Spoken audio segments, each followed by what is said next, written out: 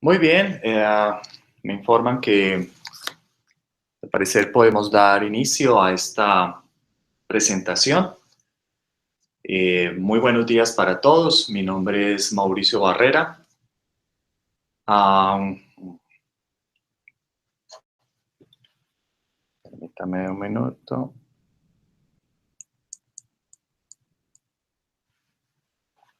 Ok. eh,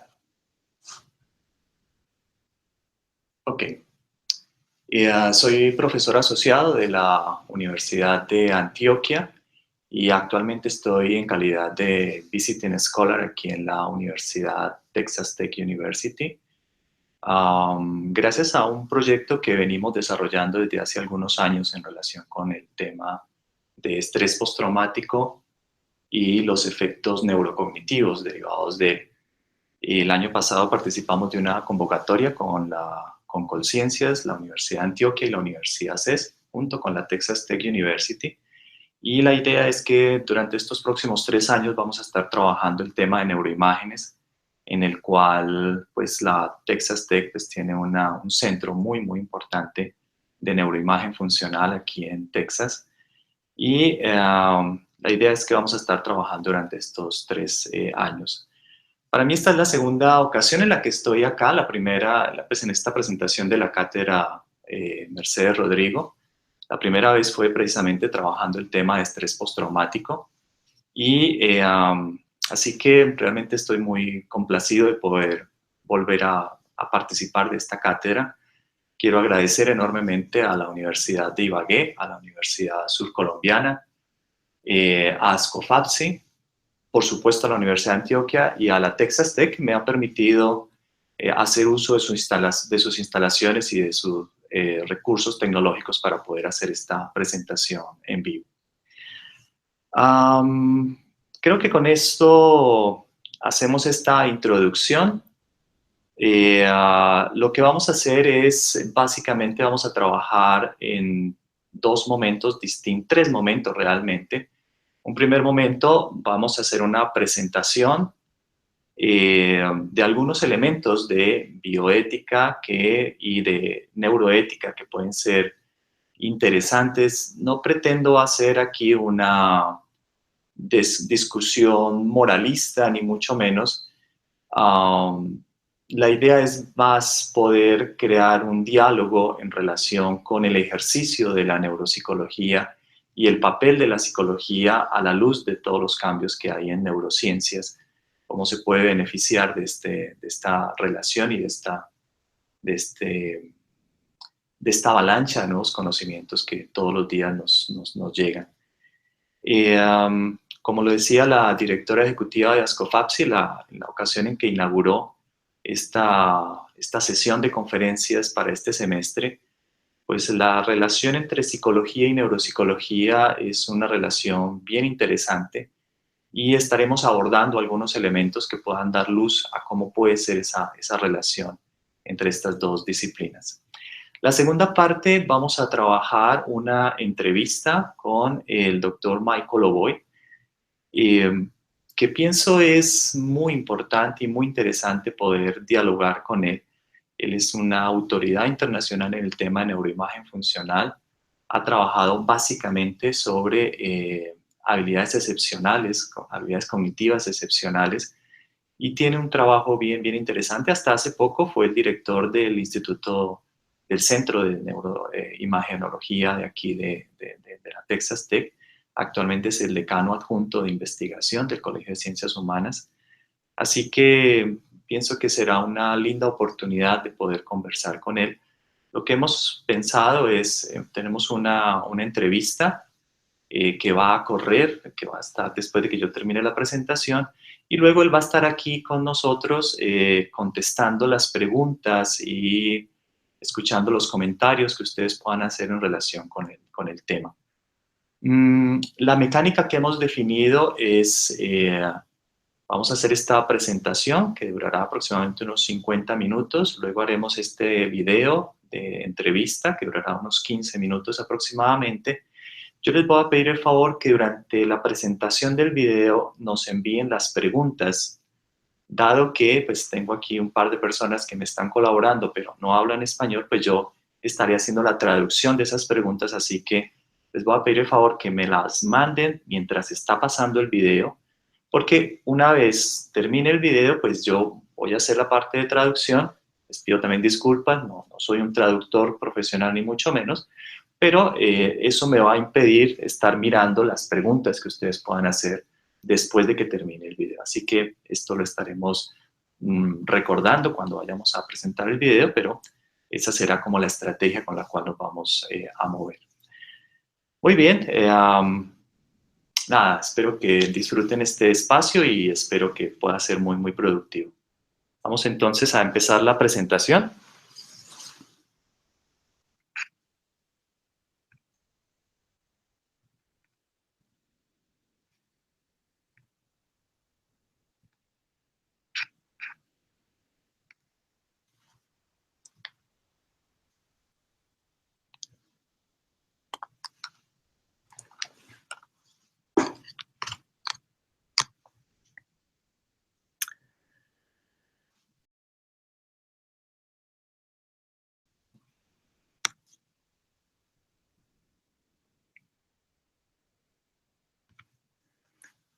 Ok, entonces, ¿cómo nos vamos a mover para esta presentación? La idea es, vamos a iniciar con unas generalidades de lo que es la neuroética y luego de esto vamos a hablar dos aspectos, unos temas que son generales, digo generales en en el sentido de que son de interés y son de debate actualmente en la comunidad científica, así que pienso que van a ser bien interesantes, y unos temas particulares que tienen que ver con el contexto colombiano. Uno es el ejercicio de la neuropsicología en Colombia y el otro lo que tiene que ver con la formación de pregrado y posgrado en neuropsicología. Como les digo, no se trata de hacer una presentación dogmática ni moralista, ni mucho menos, sino debatir el quehacer de nuestro ejercicio profesional en el ámbito de la psicología y su relación con la neuropsicología y la neurociencia en particular. Pienso que es importante contarles cómo llegamos un poco a este tema de la neuroética. Hace algunos años, cuando estuve haciendo mi maestría en neuropsicología, pues se nos hablaba de los modelos en los cuales debíamos inscribir nuestros proyectos de investigación. Y al indagar, de alguna manera me di cuenta que no había mucha información, sobre todo no había mucha información en español en relación con los fundamentos epistemológicos de la neuropsicología. Así que nos dimos a la tarea de rastrear alguna información y fruto de eso pues tenemos un par de publicaciones, una que está en el International Journal of Psychology Research y esta que está en español que acaba de salir, el libro de las neurociencias a la neuropsicología, el estudio del cerebro humano, es un libro en 2 tomos y el primer tomo pues contiene este capítulo introductorio de la fundamentación o hacia una fundamentación epistemológica de la neuropsicología, el papel de las neurociencias y las ciencias cognitivas. Allí discutimos algunos elementos relacionados con las perspectivas histórico-culturales, los modelos conexionistas y neoconexionistas, la neuropsicología cognitiva. Así que, claro, uno habla de epistemología y lo que pretende es rastrear las ideas. Normalmente a veces nos quedamos en mirar la historia, que es muy importante, pero hay unas ideas que subyacen a esta historia y detrás de esa historia y de esas ideas pues viene el tema del ejercicio como tal de la neuropsicología, así que inmediatamente entra el tema de ética.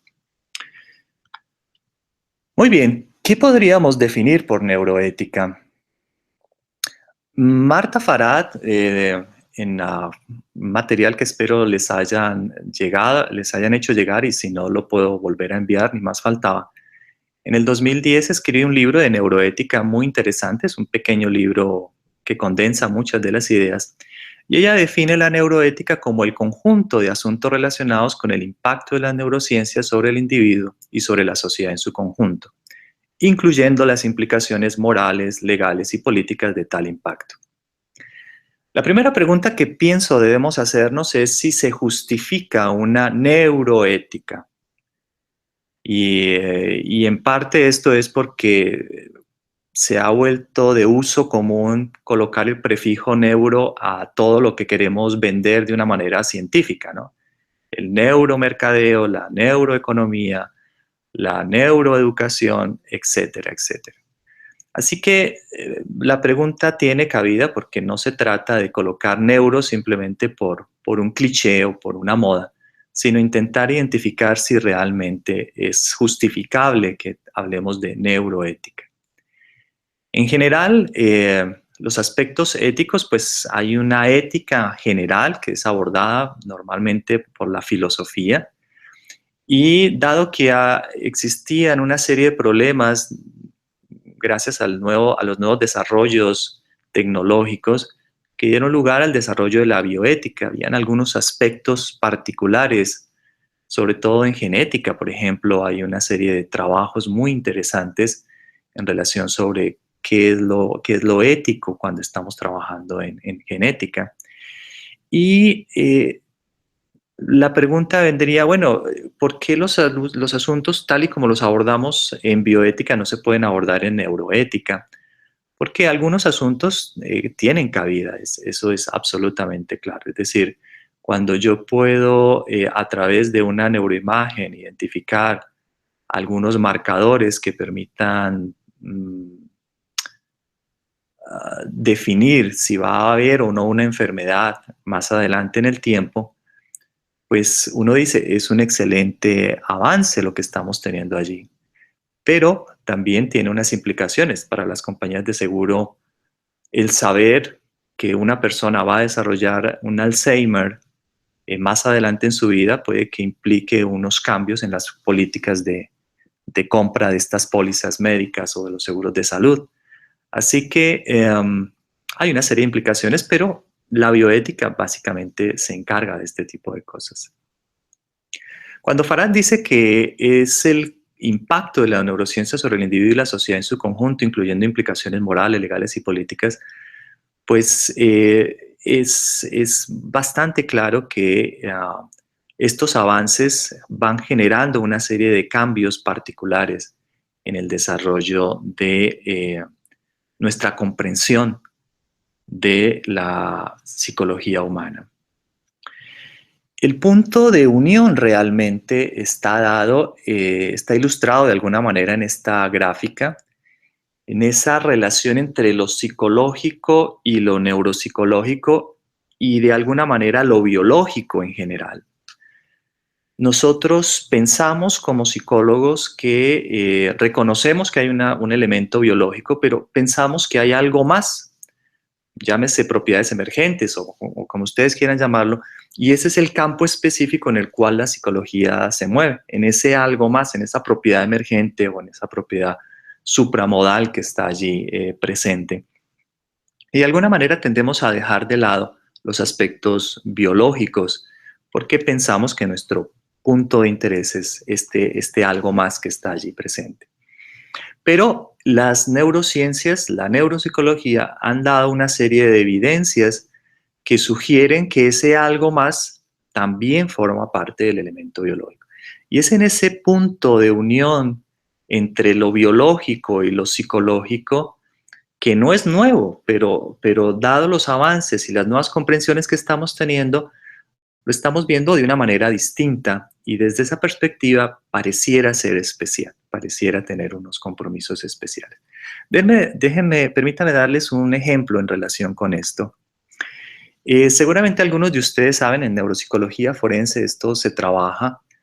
La conducta psicopática no es no es una categoría diagnóstica como tal, pero en neuropsicología forense se trabaja porque se ha encontrado que hay unos perfiles que se ajustan bastante bien a lo que es la psicopatía en general.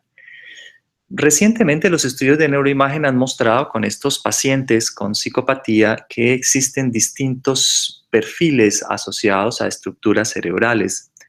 En general, los pacientes con psicopatía tienen una mayor actividad en la amígdala, Y se ha logrado distinguir a través de estos estudios, se ha logrado distinguir dos perfiles distintos que se han denominado de alguna manera un perfil depredador y un perfil afectivo. El perfil depredador estaría asociado a una actividad de corteza prefrontal normal, mientras que el afectivo estaría asociado a una menor actividad de corteza prefrontal.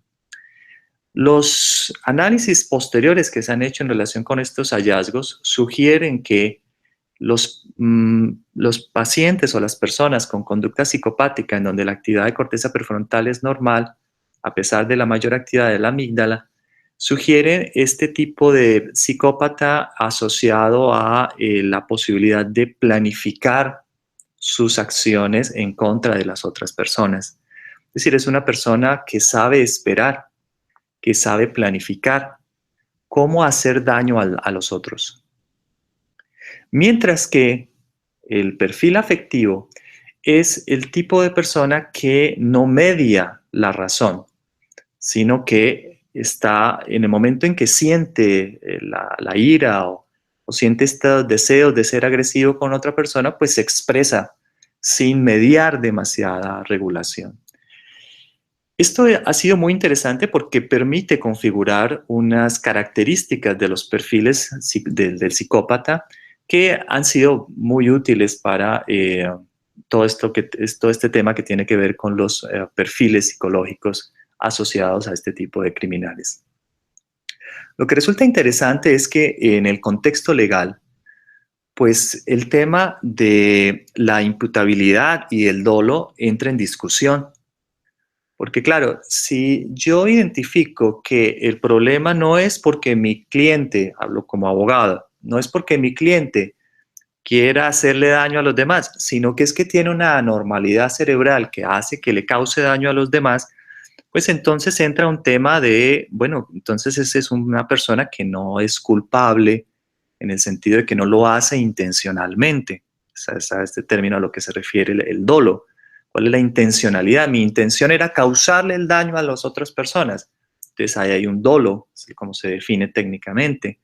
Y también el tema de inimputabilidad, porque si este es el caso, pues es una persona que pudiera ser declarada inimputable. Es un poco la misma lógica que hay detrás cuando, por ejemplo, a un neuropsicólogo se le llama a declarar con un paciente con una epilepsia de lóbulo temporal medial. Las epilepsias del lóbulo temporal medial, a diferencia de lo que normalmente las personas piensan cuando habla uno de epilepsia, no está marcada por estos ataques tónico-clónicos, en donde la persona empieza con este temblor y estos espasmos musculares, sino que en general estas epilepsias lo que producen son cambios comportamentales, algunos relacionados con ciertas conductas de agresividad. Entonces, normalmente cuando un neurólogo o un neuropsicólogo va a declarar, pues es un poco a explicar que este tipo de personas, cuando están viviendo este ataque, pueden agredir a otro y esta persona pues pensar que lo que ocurrió allí fue un acto deliberado cuando realmente estaba bajo efectos de un ataque epiléptico con estas características. Así que esto pienso ilustra bastante bien a lo que hace referencia a Farad, este efecto de los avances en neurociencia, cómo influyen sobre la sociedad, sobre aspectos legales, sobre aspectos políticos, etcétera, etcétera. Muy bien. Dicho esto como aspectos generales, pues entremos a hablar de la neuropsicología en particular.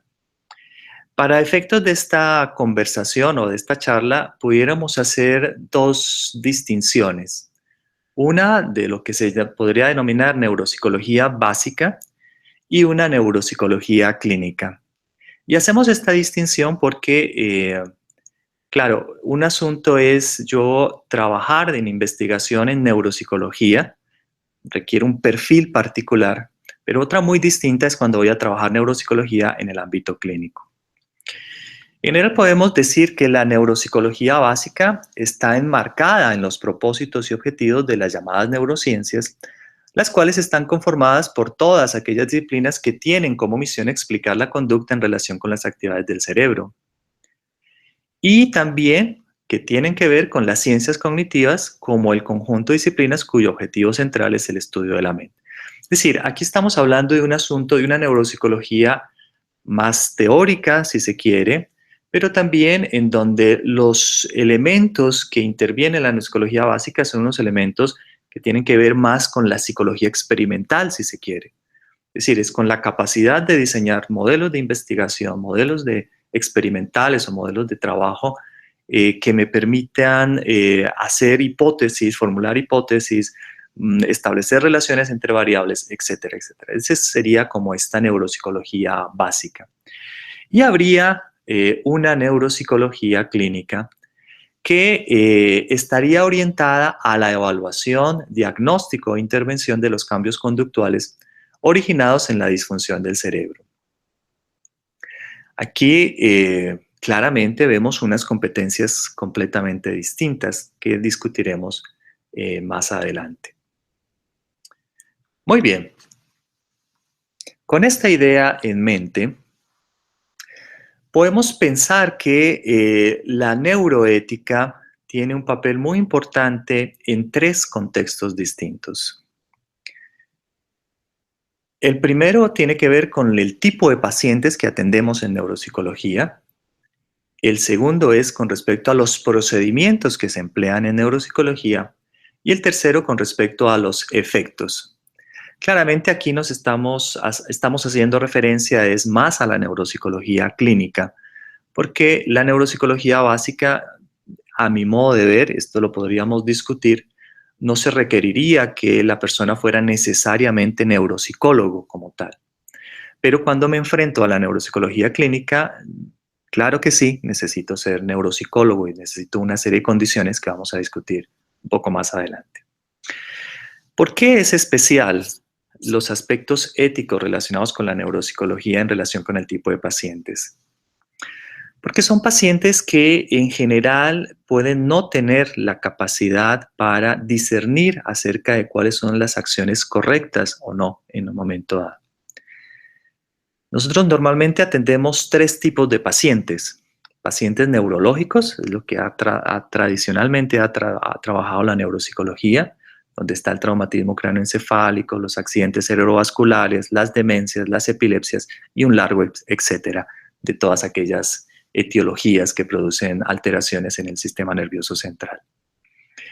Pero también trabajamos con trastornos de neurodesarrollo. Básicamente la neuropsicología infantil se encarga de trabajar sobre trastornos de neurodesarrollo, en donde están los trastornos genéticos, como el síndrome de Down, los trastornos metabólicos, las alteraciones en el metabolismo del cobre o del hierro producen unas alteraciones neuropsicológicas importantes, los trastornos del aprendizaje, como la dislexia, las discalculias, las disfasias y los trastornos de conducta. El más clásico es el trastorno de déficit de inatención e hiperactividad. Y más recientemente, diríamos de hace unos 10, 15 años para acá, la neuropsicología ha dado algunos aportes en relación con trastornos neuropsiquiátricos, principalmente con los trastornos del estado de ánimo, la depresión, la ansiedad, con la esquizofrenia, el trastorno obsesivo compulsivo y el trastorno de estrés postraumático. Así que tenemos un amplio abanico de pacientes que demandan servicios de neuropsicología, que presentan unas características bien particulares, pero tal vez lo que lo hace muy interesante o lo que lo hace particularmente relevante desde el punto de vista ético es lo que tiene que ver con los procedimientos. Nosotros normalmente hacemos una evaluación clínica tal y como la hace un psicólogo en su clínica particular, pero aunque yo veo que en los pregrados de psicología a los estudiantes se les instruye acerca de la importancia de preguntar por aspectos peri y postnatales, los antecedentes de salud, etcétera, etcétera, con el tiempo uno ve que los profesionales normalmente se limitan a preguntar, ¿hay algún antecedente de salud que usted considere importante? Y basta, no se entra en detalle. Mientras que nosotros en evaluación neuropsicológica, la entrevista clínica, hacemos mucho énfasis en esto. Yo a mis estudiantes de maestría, de la maestría en neuropsicología, les hago mucho énfasis en preguntar sobre, bueno, cómo fue ese embarazo, cómo fue el aspecto perinatal, ¿Qué pasó allí? ¿Fue por forceps? ¿Se usaron forceps? ¿Fue inducido? Etcétera, etcétera. O sea, todas esas preguntas para nosotros tienen una importancia capital porque nos permiten identificar posibles factores de riesgo que pueden estar explicando la conducta que el paciente tiene en el momento presente. Y los aspectos postnatales, cómo fueron los primeros años de vida, cómo fue ese primer año, es muy, muy importante indagar por ese primer año.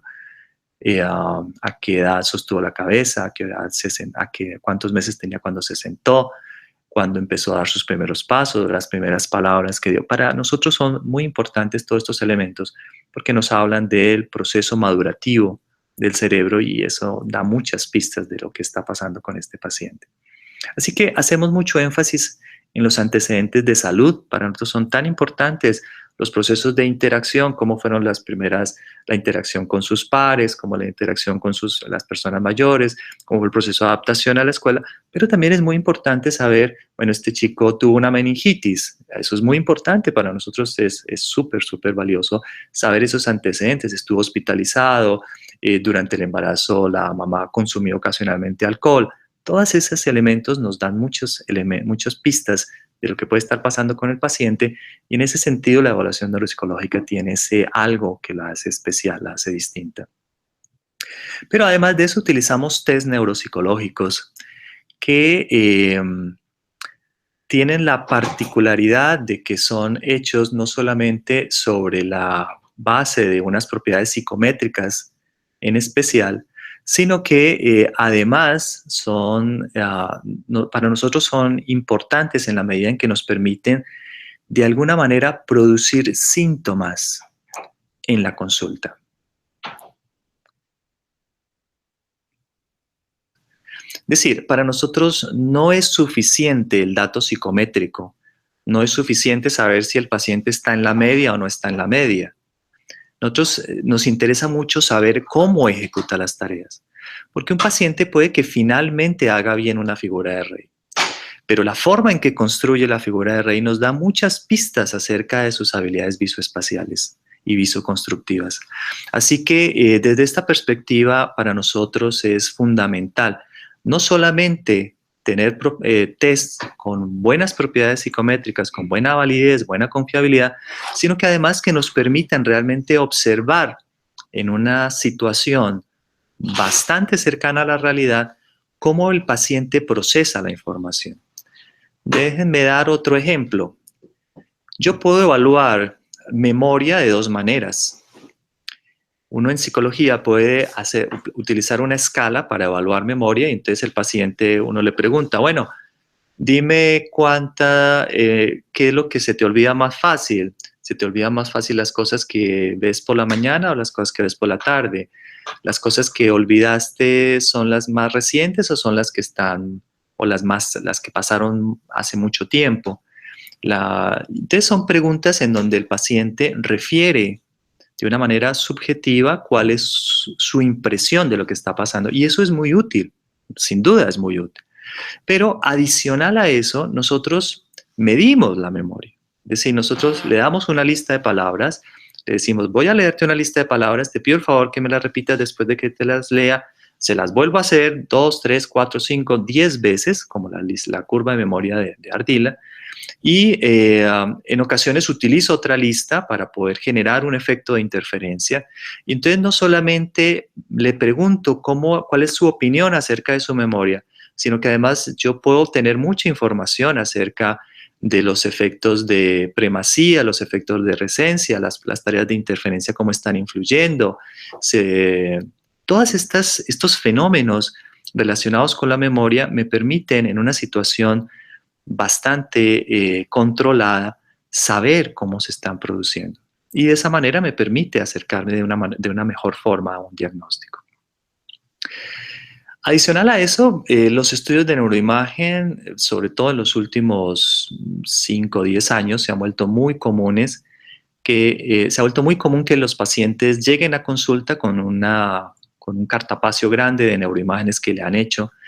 Así que hoy por hoy es importante que sepamos leer neuroimágenes, que sepamos hacer una lectura y poder decir, bueno, esto sí está bien, no está bien, no porque estemos desconfiando del trabajo que hace el neuroradiólogo, que en general es excelente, sino porque nos permite tener una visión mucho más completa de lo que está pasando con este paciente.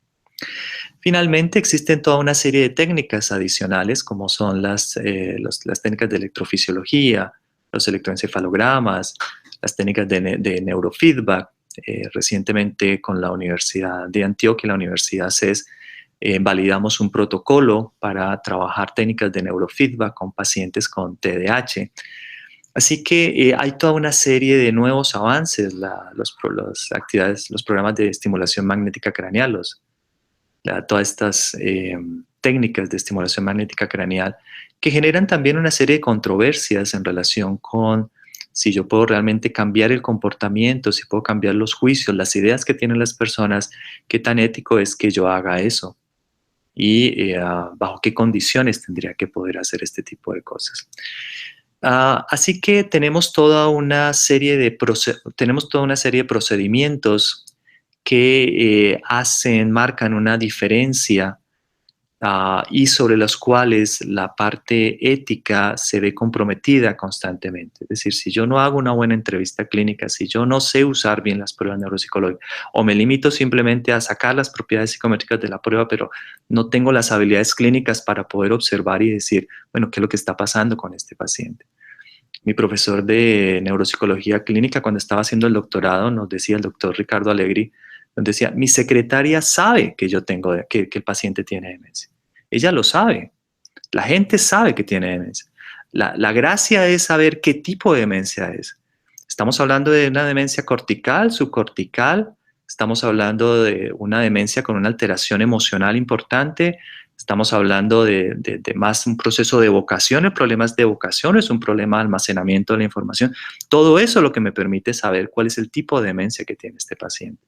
Y desde esa perspectiva, pienso que es verdad, tenemos a veces algunas dificultades con los resultados de algunas evaluaciones neuropsicológicas, de lo cual hablaré un poco más tarde.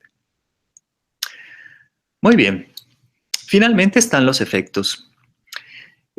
Claro, esto lo podríamos discutir con algunos colegas, pero en mi opinión la neuropsicología tiende a mejorar los procesos diagnósticos relacionados con la cognición, la emoción y la conducta. No reemplaza la evaluación psicológica, ni mucho menos, pero sí la complementa y da muchas ideas de qué es lo que puede estar pasando con estos pacientes. Y segundo, propone estrategias rehabilitativas basadas en cambios a nivel cerebral.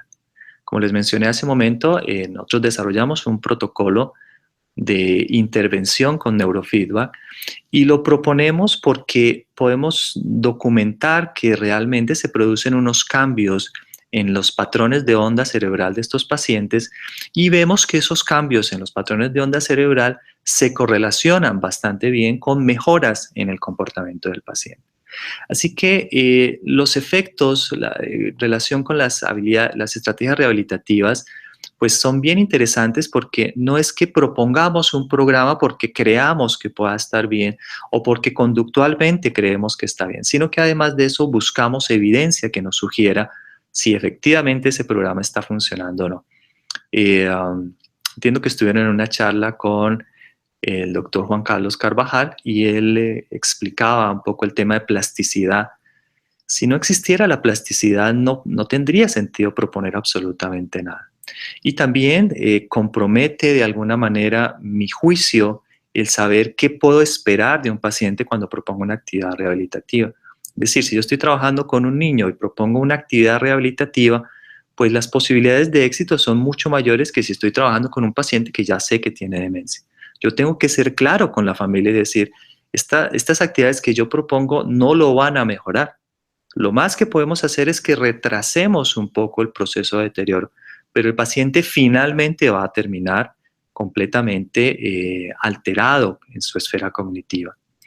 Y eso es importante para que la familia tenga elementos de juicio para tomar una decisión y pueda decir, bueno, sí, me interesa poder retrasar esto un poco o definitivamente creo que quisiera explorar otras alternativas o quisiera darle calidad de vida a mi familiar de una manera distinta. Esa es parte de lo que tenemos que hacer y es con base en esta información que nosotros debemos de ayudar a tomar estas decisiones. Muy bien. Dos elementos adicionales que me parece que son importantes de considerar acá y que tienen ya, nos vamos adentrando poco a poco al ejercicio ya de la neuropsicología como tal. Uno tiene que ver con este llamado que se está haciendo actualmente en relación con la salud mental y la necesidad de generar lazos de cooperación a nivel mundial. Estamos trabajando de una manera muy sectorial, muy regional, y eso no está permitiendo que podamos tener una mejor comprensión de lo que está pasando. Hoy por hoy aquí en Estados Unidos se discute mucho los estudios de neuroimagen y los estudios que se hacen porque se plantean como generalidades para todos los seres humanos, cuando realmente aproximadamente se están trabajando con cerca del 20%, 30% de las distintas características demográficas que se pueden recoger en una muestra de pacientes que viven en este tipo de países. Así que hay una gran cantidad de preguntas en relación con si estos hallazgos realmente son aplicables en otros contextos.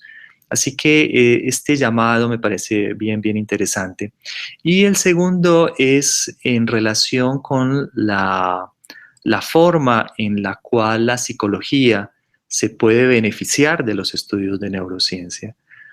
Nosotros podemos tener estudios que muestran la efectividad de un tratamiento psicológico, pero desafortunadamente no estamos teniendo claro si ese tratamiento psicológico está teniendo algún impacto sobre lo que está pasando con el cerebro. Y esto es bien importante. Cuando estemos en la entrevista con el doctor Oboy discutiremos un poco en detalle esto, pero la discusión se ha vuelto bastante interesante, sobre todo a partir de la emisión de la última versión del DSM, porque fue muy criticado cuando salió. Todos esperábamos que estos nuevos conocimientos y estas nuevas evidencias que muestran alteraciones específicas en varios de estos trastornos neuropsiquiátricos, pues de alguna manera pudieran estar reflejados en este manual de criterios diagnósticos, y brillaron por su ausencia.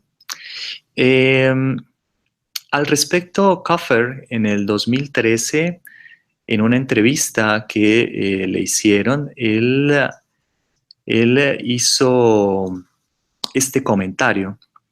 Dice: el problema que nosotros tuvimos para incluir los datos de los últimos 5 o 10 años desde que comenzamos esta revisión es en parte el producto de una falla de la neurociencia y la biología en ofrecer un nivel de criterios diagnósticos con el nivel de sensibilidad y especificidad necesarios para introducir en el manual. Además de esto dijo muchas otras cosas con las que de pronto pudiéramos discutir más, pero este punto me parece bien interesante porque pareciera que el problema no es solamente del manual, no es solamente un problema de la psiquiatría o la psicología, es un problema también de la neurociencia, que no está logrando penetrar de alguna manera sobre estos criterios para poder generar una evidencia científica mucho más sólida que permita justificar un diagnóstico y un tratamiento determinado. Don Insel, quien es actualmente el director del Instituto Nacional de Salud Mental aquí en los Estados Unidos, lanzó una iniciativa que es bien interesante y que de alguna manera pienso puede ayudar a resolver estas críticas que tiene el manual. La iniciativa se traduciría algo así como investigación basada en dominios de criterio, y él propone que esta estrategia como una forma de desarrollar con fines investigativos nuevas formas de clasificar los trastornos mentales. Y más adelante dice que reflejen los avances en genética y de las distintas áreas de las neurociencias y de las ciencias conductuales para proveer un fundamento que permita precisar los diagnósticos y los tratamientos de las enfermedades mentales. Como se dan cuenta, es una ventana de oportunidad muy grande que está dando el Instituto Nacional de Salud Mental en los Estados Unidos. Es tal vez el organismo que tiene mayor cantidad de recursos para financiar los proyectos de investigación en esta área. Así que pienso que hay una linda oportunidad de trabajar en este aspecto, en poder dar mayor evidencia a los procesos de intervención que se están haciendo. Es decir, si yo tengo un tratamiento psicológico y adicional a eso logro evidenciar que hay una serie de cambios, que de hecho se ha logrado hacer con algunos tratamientos, sobre todo desde las perspectivas conductivo-conductuales, se logra mostrar que hay una serie de cambios en el cerebro, pues eso tiene un impacto distinto a si simplemente me guío por los cambios desde el punto de vista conductual, que son importantes. No tendría sentido que hubiera cambios cerebrales si no hubiera cambios conductuales, pero juntar estos dos elementos pues hace que tengamos mucha más evidencia y podamos estar mucho más seguros de lo que estamos haciendo y podamos mostrar de una manera mucho más sólida y mucho más convincente que nuestras intervenciones como psicólogos y como neuropsicólogos son efectivas. Muy bien, abordados estos temas generales, pues tenemos que hablar ahora de algunos aspectos particulares. Habría muchas otras cosas que conversar allí, pero en aras del tiempo y en aras del objetivo de la charla, pues vamos a abordar temas particulares. ¿Qué está pasando con el ejercicio de la neuropsicología en Colombia? Como ustedes saben, pues a partir de la aprobación de la Ley 1090, por la cual se reglamenta el ejercicio de la profesión de psicólogo de la psicología, se dicta el Código Deontológico y Bioético y otras disposiciones. El Colegio Colombiano de Psicólogos y la Asociación de Facultades de Psicología, ASCO-FAPSI, han emprendido una serie de acciones encaminadas a lograr su plena aplicación en todo el territorio nacional y en todas aquellas especialidades y subespecialidades en las cuales tiene competencia la labor del profesional en psicología. Es bien interesante. Yo recuerdo cuando era estudiante de psicología se hablaba del reglamento del psicólogo, de la reglamentación de la psicología, y no llegaba hasta que finalmente en el 2006 pues tuvimos esta ley que realmente es bien importante. Yo creo que todavía no tenemos conciencia completa de las implicaciones que esto tiene. Y uno de los elementos interesantes de esta ley es que permite reglamentar las especialidades y subespecialidades, entre las cuales, por supuesto, se encuentra la neuropsicología. Es decir, nosotros estamos en mora de reglamentar cuál debería ser la forma de ejercer la neuropsicología en Colombia. Con respecto a la formación, de acuerdo a los datos que aparecen en el Observatorio de Calidad de la Educación Superior en Psicología en Colombia y con base en un documento que publicó la doctora Rebeca Puche en relación con los elementos relevantes para pensar un estado de arte de la psicología académica en Colombia, pues podemos obtener estos datos que nos dan una pista de cómo está siendo la formación en neuropsicología en Colombia. Los datos, lo que hice fue pues tomar en cuenta la cantidad de programas que había, contar cuántas materias había y del total de materias que se ofrecían en ese número de programas determinados, calcular un porcentaje. Así que en el 2000 existían 32 programas y de esas 32 programas identifiqué 42 materias relacionadas con psicobiología, neuroanatomía, neurofisiología, neurociencias, neuropsicología, y contamos, el cálculo es que porcentualmente con el total de materias, no con el total de programas, por eso el cálculo no les va a dar si hacen esta proporción solo con programas, pero con el total de materias nos da un 3,3% en el año 2000. En el 2005 eran 48 programas de psicología y contamos 158 materias relacionadas con el área de neuropsicología y psicobiología, que corresponderían a un 6,39% del total de materias. Finalmente, en el 2013, los datos permiten dar cuenta de que existían en esa época 113 programas de psicología en el país y se identificaron 287 materias relacionadas con el área de psicobiología, que corresponden a un 9,24, casi un 10% del total de materias. El dato es muy interesante porque vemos que los programas cada vez están teniendo, pues las áreas de psicología están teniendo más importancia, lo cual es positivo. preocupante que el número de programas que se están dando. Entiendo que en este momento hay alrededor de 130 y pico de programas de psicología en el país. Eso nos plantea otro dilema que no es el motivo de esta conversación, pero es la cantidad de psicólogos que están egresando, si hay un mercado laboral para todos ellos. Pero ese es, como les digo, tema de otra discusión. Y con respecto a los programas de posgrado, pues identificamos 98 programas de posgrado en áreas que tienen que ver con neuropsicología y neurociencia. Perdón, 98 programas en general, de los cuales 8 están relacionados con el área de neuropsicología particularmente. La reflexión que quiero hacer aquí es que tal vez no es el tema de cuántas materias yo ofrezco en mi pensum relacionadas con el área de psicobiología y neuropsicología, sino de cuáles son los contenidos y cuál es el objetivo al yo formular estas materias. Porque en la revisión encontramos programas que ofrecen una materia durante todo el pensum. No sé si se logre en una materia ver todo lo que tendrían que tener los psicólogos para poder comprender esta parte bio dentro de esa relación biopsicosocial. Pero también hay programas que ofrecen 8 o 9 materias a lo largo de todos los semestres. Tienen una o dos materias relacionadas con psicología, con psicobiología y neuropsicología. Y el problema es con cuál es la mentalidad con la que sale el estudiante. Es decir, si el estudiante sale con la idea de que no es psicólogo, sino neuropsicólogo, creo que estamos cometiendo un error.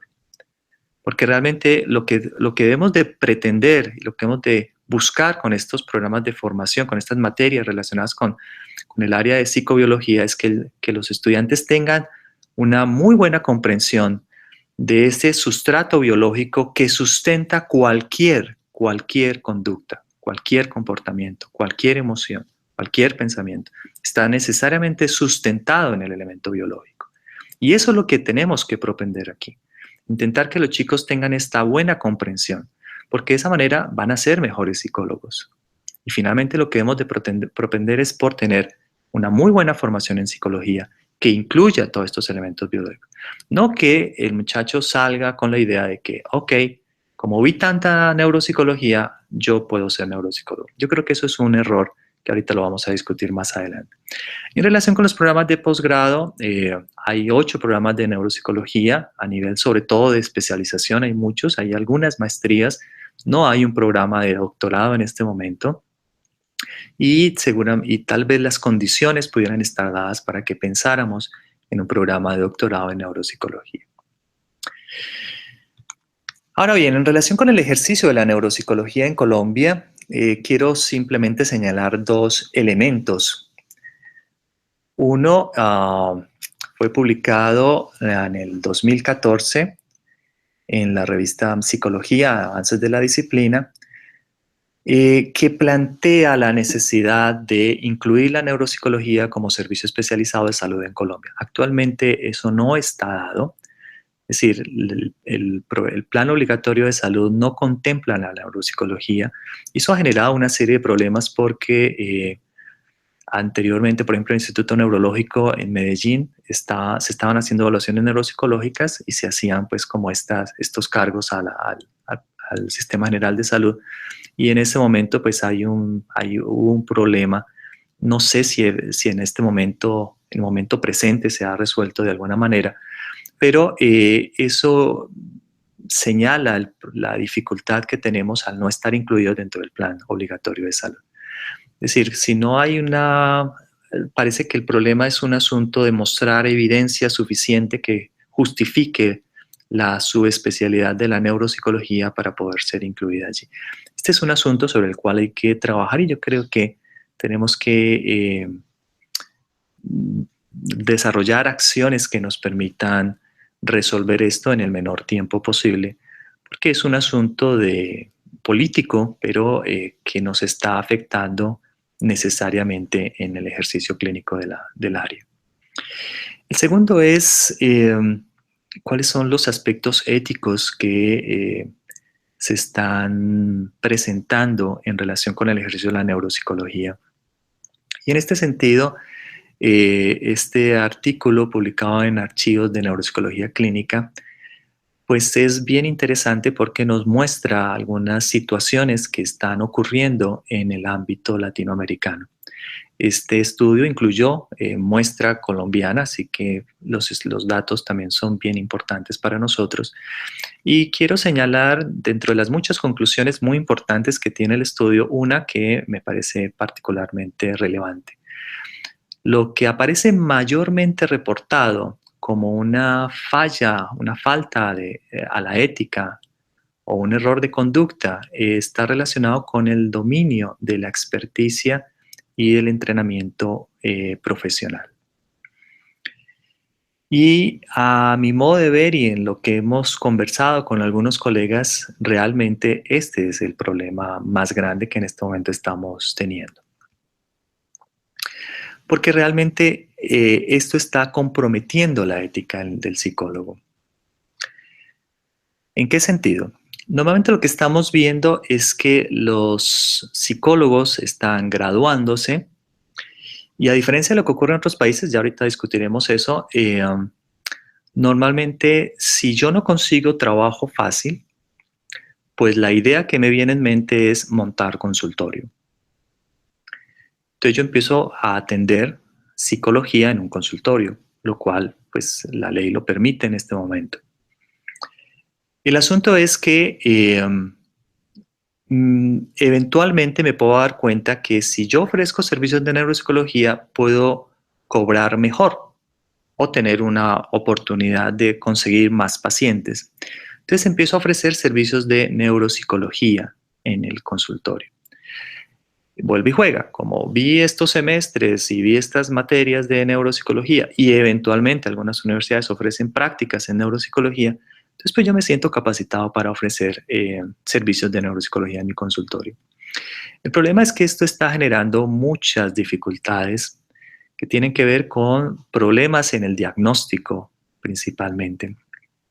Como mis estudiantes de maestría, ellos tienen que hacer una práctica clínica y es muy frecuente que los pacientes que nos llegan remitidos vienen con evaluación neuropsicológica, pero claro, cuando nos sentamos a mirar son informes que difícilmente son útiles desde el punto de vista neuropsicológico. Lo que vemos es que normalmente la persona que hace el informe conoce algunas pruebas neuropsicológicas, las aplica y utiliza esta perspectiva psicométrica que está muy bien, en el sentido de, bueno, está en la media, está por fuera y con base en eso monta el informe. Pero como les decía hace un momento, la neuropsicología, realmente la gracia de la neuropsicología está en ver la ejecución del paciente, porque yo puedo tener un paciente que hace bien la prueba, pero no necesariamente quiere decir que esté bien. Yo puedo construir una figura de Rey que finalmente logra 32, 34 puntos y puedo decir está bien, pero en la forma de construcción me doy cuenta que tiene muchos errores y eso me permite saber qué es lo que está pasando con el paciente. Desafortunadamente esa mirada clínica pues se adquiere con experiencia, se adquiere con estudio y al no tener esto pues entonces los informes terminan siendo muy pobres conceptualmente y lo más complicado es con muchas fallas en el diagnóstico. Cuando uno conversa con los psiquiatras y con los neurólogos, muchas veces ellos dicen, yo ya no estoy mandando a hacer evaluación neuropsicológica porque el informe que llega no representa, no tiene que ver con el paciente que estoy teniendo al frente y segundo, no me es útil para ningún asunto de diagnóstico o de intervención, así que finalmente no terminan haciendo la remisión. Las fallas del diagnóstico son bien importantes y se están presentando con mucha frecuencia. Y claro, si yo tengo fallas en el diagnóstico, pues voy a tener fallas en la intervención. Es decir, si yo hago un mal diagnóstico, pues termino haciendo lo que el profesor de psicopatología le dice a uno, ¿no? Es que tenemos que descartar el componente biológico para no terminar haciendo psicoterapia a un tumor. Y el problema es este, que como no tengo las herramientas para poder hacer un adecuado diagnóstico, pues termino haciendo intervenciones que no facilitan, no ayudan para nada al paciente, o por el contrario, terminan deteriorándolo o demorando la posibilidad de una atención oportuna. Hace un par de años recuerdo un caso que se presenta con mucha frecuencia de pacientes con lesiones frontales. Paciente con lesión frontal tiene mucho componente neuropsiquiátrico, así que pues nadie pensaba que era un asunto de tumor. Se le mandó tratamiento farmacológico, estuvo en terapia psicológica durante unos 4 o 5 años. Cuando el paciente eventualmente se fue deteriorando, alguien dijo, venga, hagámosle un estudio porque esto está raro, y encontraron un tumor que ya había crecido tanto que fue inoperable. El paciente murió a los 3 meses después de que se hizo el diagnóstico.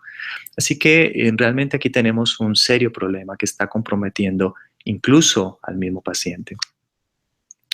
Y estos dos elementos unidos pues están dando pie a una pérdida de credibilidad. Yo recuerdo cuando estudiaba la maestría, la neuropsicología era vista como una profesión de con mucha relevancia, con mucha capacidad de aportar, pero uno ve que en el tiempo esto se está perdiendo realmente. Es decir, al no tener buenos diagnósticos, al hacer informes que no representan realmente lo que está pasando con el paciente, pues entonces ya yo prefiero no enviar a mi paciente a hacer una evaluación neuropsicológica que no me va a aportar, que va a implicar un gasto adicional, y más bien hago uso de otra serie de estrategias para saber qué es lo que está pasando. Realmente esto nos está llevando a que perdamos credibilidad. Y por ende, estamos afectando las condiciones laborales. Es decir, por resolver un problema inmediato que es, venga, yo hablo este consultorio, trabajo de esta manera, lo que estoy haciendo realmente es afectando las condiciones laborales de quien, pues, dedica, adicional a su formación como psicólogo, dedica un par de años a hacer una maestría o una especialización, a tener un entrenamiento clínico que le permite habilitarse realmente como neuropsicólogo. Muy bien. ¿Qué está pasando en otros países? Como para tener algunos elementos que nos permitan hacer alguna propuesta en este sentido. En general, eh, la Federación de Sociedades de Neuropsicología y la Sociedad de Neuropsicología Clínica aquí en los Estados Unidos, pues plantean que la persona debe ser una persona formada en el área de psicología, que tenga una formación de maestría y una formación de doctorado en neuropsicología. Y uno dice, uy, eso es mucho, empezando porque en Colombia no hay doctorados en neuropsicología. Pero si para que eso fuera, si no fuera poco, además se le está pidiendo que tenga experiencia clínica en hospital por 2 o 4 años. Es decir, no basta con ser doctor en neuropsicología, sino que además de eso yo debo tener un entrenamiento supervisado en una clínica debidamente aprobada que me certifique la experiencia que estoy adquiriendo como neuropsicólogo. Vuelve y juega. ¿Es un estándar muy alto? Sí, pero es un punto que nos permite saber hacia dónde tendríamos que dirigir nuestra formación para poder realmente ofrecer un servicio de neuropsicología que fuera de calidad.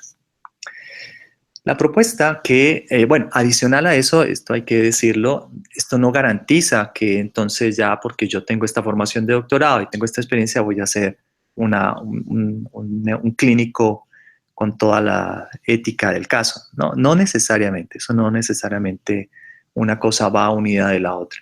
Así que hay alguna serie de iniciativas adicionales que propenden por esta formación ética, por esta preocupación realmente por el paciente, por utilizar los mejores procedimientos, por favorecer la formación continua de los clínicos, de tal manera que puedan ofrecer las mejores estrategias de intervención y de evaluación a sus pacientes cuando están allí, que puedan hacer las adecuadas remisiones de estos pacientes cuando no sea el área de competencia del profesional el poder estar allí. Así que por ejemplo, en el 2000 salió esta propuesta del ex artis deontológica para neuropsicólogos en España, y constantemente la División de Neuropsicología Clínica tiene un boletín, el newsletter de la División 40, la División 40 la que corresponde a la División de Neuropsicología en la APA, y constantemente pues hay una serie de reflexiones y de programas de entrenamiento y de programas de reflexión sobre aspectos éticos que comprometen el ejercicio neuropsicológico. Es decir, no basta con tener, el título no lo dice todo, ayuda, pero no lo dice todo. O sea, adicional a esto necesitamos este compromiso que subyace a toda profesión de salud, incluyendo la psicología y la neuropsicología. Am, con base en este artículo que les comenté de la inclusión de la neuropsicología como servicio especializado, pues hay una serie de propuestas de las cuales quiero retomar dos elementos que me parece son bien importantes y que me parece pueden ser implementados en Colombia. El primero es que además de la formación en psicología, yo pienso que sí es importante una formación de posgrado. Es decir, yo debo formar bien mi psicólogo, no formar neuropsicólogo, yo debo formar bien el psicólogo, debo darle las herramientas para que sea un buen psicólogo cuando hace el pregrado. Y si quiero formar y si me quiero formar como neuropsicólogo, debo hacer el posgrado, ¿sí? Sea al menos a nivel de especialización. Lo ideal sería al menos a nivel de maestría, pero al menos a nivel de especialización deberíamos de tener un posgrado en neuropsicología. Y adicional a eso, acreditar una experiencia clínica de formación posgradual, es decir, cuando yo estoy haciendo mi entrenamiento como neuropsicólogo en la especialización, en la maestría, debo tener una experiencia clínica. ¿Cuánto tiempo? Es algo que seguramente tendremos que discutir, pero tener esta experiencia clínica, yo sugeriría al menos 6 meses de estar viendo pacientes acompañados por alguien que pueda dar pistas, que pueda ayudar a hacer los análisis, que pueda ayudar a armar los informes, a que tengan sentido estos informes, pues es un elemento que puede ayudar a que podamos mejorar esta credibilidad que estamos perdiendo en relación con el ejercicio de la neuropsicología. Es una propuesta que se acerca un poquito a las propuestas que existen actualmente en estos otros países, pero me parece también que es una propuesta que es viable de realizar aquí en Colombia, así que es un asunto de ponerle interés al asunto, de juntar las personas. Seguramente habrá un periodo de transición porque hay que decirlo, hay muchos profesionales, médicos, fonoaudiólogos que tienen mucha experiencia en el área de neuropsicología. Es decir, yo no conozco mejores informes de afasiología que los que hacen los fonoaudiólogos que se han formado en neuropsicología, son absolutamente geniales. Así que es muy importante que discutamos todo esto. El ejercicio de la neuropsicología por parte de un médico. Eso también será un tema que hay que discutirlo, pero son temas que podemos ir resolviendo, por lo menos definiendo unos mínimos, y estos mínimos creo que están dados acá. En relación con el profesional médico, para mí es muy complicado dar una opinión de si es conveniente o no tener médicos en el área de neuropsicología, porque en la maestría tenemos algunos médicos que han hecho una excelente labor. Yo recuerdo una médico con especialización en salud ocupacional que hizo un excelente trabajo como neuropsicóloga, y actualmente hay un psiquiatra que está haciendo la maestría y hace unos trabajos, unos análisis clínicos muy, muy interesantes desde el punto de vista neuropsicológico, y logra integrar toda esta parte psiquiátrica. Así que uno ve que tienen muchas herramientas para poder hacer un buen trabajo en neuropsicología. Así que esos serán temas para discutir, pero por lo menos desde el ámbito de la psicología, yo pienso que sí es importante que nos repensemos en cómo debemos de ejercer esta especialidad. Muy bien, ¿qué nos espera a futuro? Pues será algo que discutamos en un momento con el doctor Michael Oboy. Él escribió en el año 2000 un artículo que fue publicado en Brain in Cognition, un artículo que le pidieron a él en relación de qué es lo que se esperaba para el nuevo milenio en relación con la neuropsicología, la investigación en neuropsicología cognitiva. Así que discutiremos con él en esta entrevista, y con esta diapositiva, pues entonces damos por terminada esta primera parte. Les recuerdo, lo que vamos a hacer ahora es, vamos a correr la presentación, vamos a correr la entrevista que tenemos allí colgada en el canal que se diseñó pues para esta conferencia.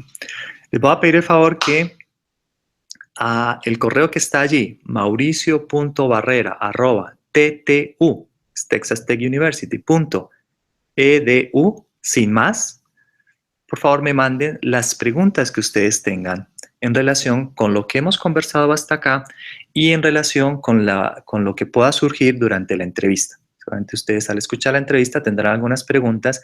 Les agradecería mucho si alguna de estas preguntas es en especial para el doctor Michael, por favor me escriben, por favor, entre pregunta para el doctor Michael Oboy, y de esa manera pues yo haré la traducción acá. Y les recuerdo que una vez termine el video, volveremos nuevamente en la sesión en vivo. Ya estará aquí el doctor Oboy para poder conversar con él y estaremos en esta sesión de preguntas en línea una vez termine esta presentación. Les agradezco mucho por el tiempo y por su paciencia y vamos entonces con el video.